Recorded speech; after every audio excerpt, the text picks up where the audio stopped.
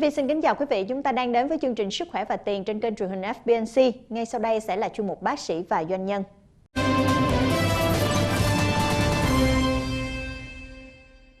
Thưa quý vị, tiểu đường là bệnh lý mà nhiều người sống trong thời đại công nghiệp rất dễ bị mắc phải. Bệnh này gây tổn thương âm thầm trên mắt, thậm chí có thể dẫn đến mù lòa nếu không được chẩn đoán và điều trị kịp thời. Và để hiểu rõ hơn về những tác hại của bệnh này, thì hôm nay chúng tôi sẽ có cuộc trao đổi với bác sĩ JD đến từ American Eye Center. Hello, Dr. JD. Hello. Welcome to the show. Thank you very much. First of all, let me thank you for being here.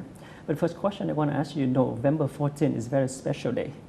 Okay, so can you share with me this special day?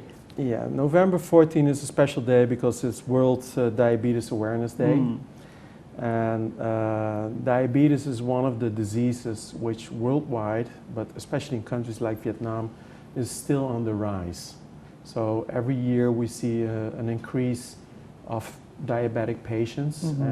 But here in Vietnam, if you look at the numbers compared every 10 years, you have such a dramatic increase that, especially in countries like Vietnam, it's very important that we stress this day, that we use this day to make people more aware of it. What is the reason behind that? The most important reason is the changing of diets. If you look at a country like Vietnam, with the increased wealth, people have more money, you see dietary changes, so people eat more unhealthy foods. More money to spend on unhealthy More money to spend on unhealthy foods. They eat more meat. They use more sugar, and it starts at a young age. I mean, in the past, young kids would drink water or milk, and now it's sodas, it's Coca-Cola or other sugary drinks, which are, it's nice to have occasionally, but not every day. I understand that you can get eye disease from diabetes, right? Can you share with me a little bit? Eye disease, yes. Well, you have to know first what diabetes does. Diabetes affects the blood vessels in the body. Right.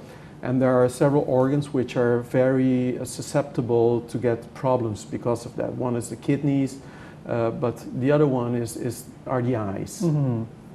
And if the retina, which is the back of the eye, which is basically the film, the nervous layer which transmits the signal to the brains. If that gets affected because there's not enough circulation, not enough blood, meaning not enough oxygen, then the function decreases and you get problems. Okay, so who are the people at risk? Old people? The people at risk, of course, are people who have diabetes, and what we see in general is that after a number of years, and in general it's about, if people have 10 years diabetes, that we start seeing changes in the eye. The problem is, of course, is that sometimes people come to us and they say, I have diabetes for 2 years, and we look in the eyes, and obviously they probably didn't know they had diabetes for a long time before that. So it's not necessarily when the people find out that they have diabetes, that's the day that they start getting diabetes. It's a lot of cases here in Vietnam are not detected. So a lot of people have complaints about diabetes, but they don't know that it's one of the symptoms. For example, what are the symptoms? For example, frequent thirst. Yeah, people who are frequently thirsty, or after a meal you're still hungry, or people inexplicably are tired. Frequently, or blurred vision occasionally. Things like that. Those are general symptoms which might indicate that a person has diabetes. So what is your experience in the treatment of eye disease related to diabetes?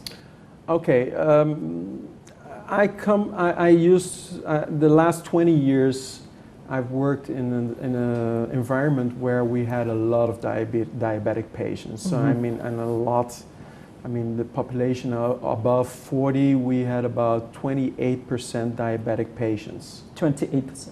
Yes, but that's above 40 years of age. Okay. So that's not in the general population, that's a aged group already. Mm-hmm.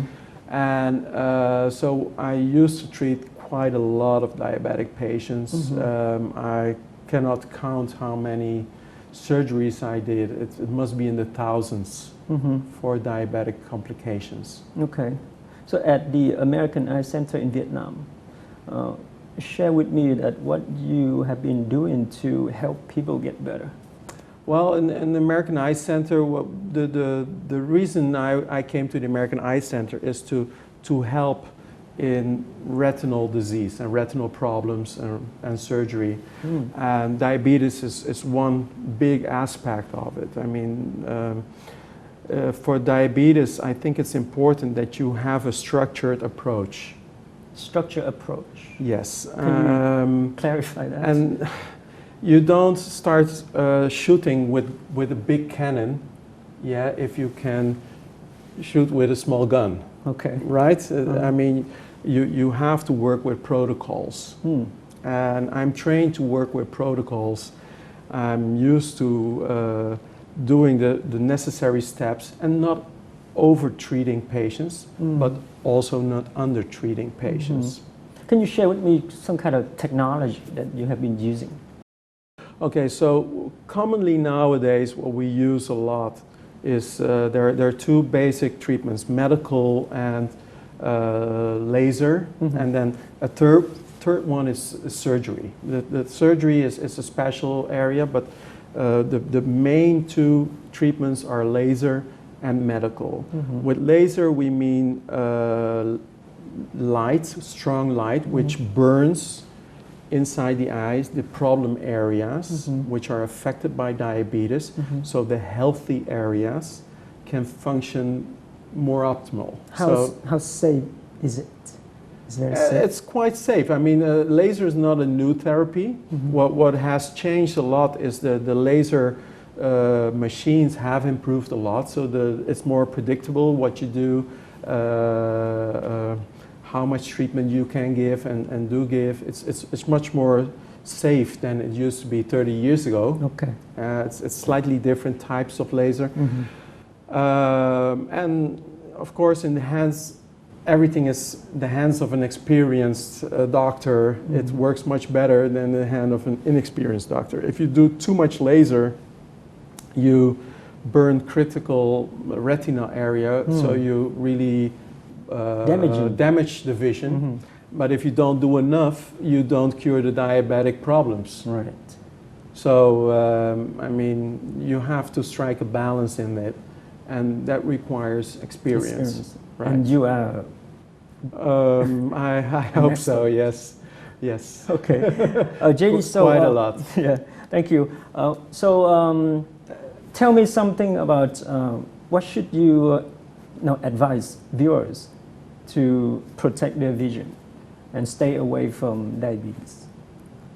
Well, if you talk about diabetic eye disease, I think what is very important is that people check up with their doctor on a regular basis. Like annual checkup? Like an annual checkup. I mean, if what we normally recommend, if once diabetes has been diagnosed in a patient, that they do a yearly eye checkup. And once we start seeing symptoms in the eye, we increase that frequency or do treatment, depending on what we see. A lot of times people don't have any complaints yet, but we can already see changes inside the eye that tells us, hey, this eye has diabetes. So it's important that we have to do whatever to prevent, right, before it happens. I prefer early treatment or prevention compared to when people come in with complaints. Mostly we have more problems, so the treatment is more intensive. It will also cost more. Well, I understand that the cost of like the medical cost is very expensive. So is it affordable for like an average person? It all depends on how you look at it. Let's say we didn't talk about the medical treatment of diabetes, and that is injecting specific medication into the eye, which is frequently used nowadays. The problem with that is it's not a permanent cure, so it's a temporary cure. For specific diabetes eye problems, it's a very good treatment. But if you look at the general diabetic problem, it's not a permanent solution. So you do have to repeat those injections quite regularly. It depends on which type of medication we're using. There are several on the market. Here in Vietnam, the most popular ones are what we call Avastin and Lucentis. If you look at Avastin, it's not that expensive, but if you look at Lucentis, Very expensive. It's quite expensive. So for the average person, even the Avastin might still be quite expensive. Interesting. Well, I hope that everyone is getting better with their eating habit, right? This will help. I think if you have diabetes and or are prone to have diabetes, if you change your eating habit, it can contribute a lot. A lot. Right. Okay. It's if you continue, what the mistake people make is say, okay, I take medication, but I can continue eating and drinking the way I used to eat and drink. Okay. That's the wrong approach. You should also adapt your lifestyle and your diet accordingly. So what I do, I try to cut down my sugar and fast food. That's the two most important things. Right. But you know, if you really are diagnosed with diabetes, then you should do more. Then you should eat smaller portions, more spread out over the day. What I always recommend people to do is, once you're diagnosed with diabetes, is visit a dietitian who can explain to you exactly which foods to avoid, how big the portions can be, how often you have to eat, and that helps a lot. Okay. And exercise, do sports. Exercise, doing sport is very important. That helps, yes. Yes. Thank you, Dr. JD. You're welcome. Vâng, thưa quý vị, phần trao đổi vừa rồi đã khép lại chuyên mục Bác sĩ và Doanh nhân kỳ này. Còn bây giờ Minh Vi xin mời quý vị dành ít phút để đến với chuyên mục Sống vui, sống khỏe.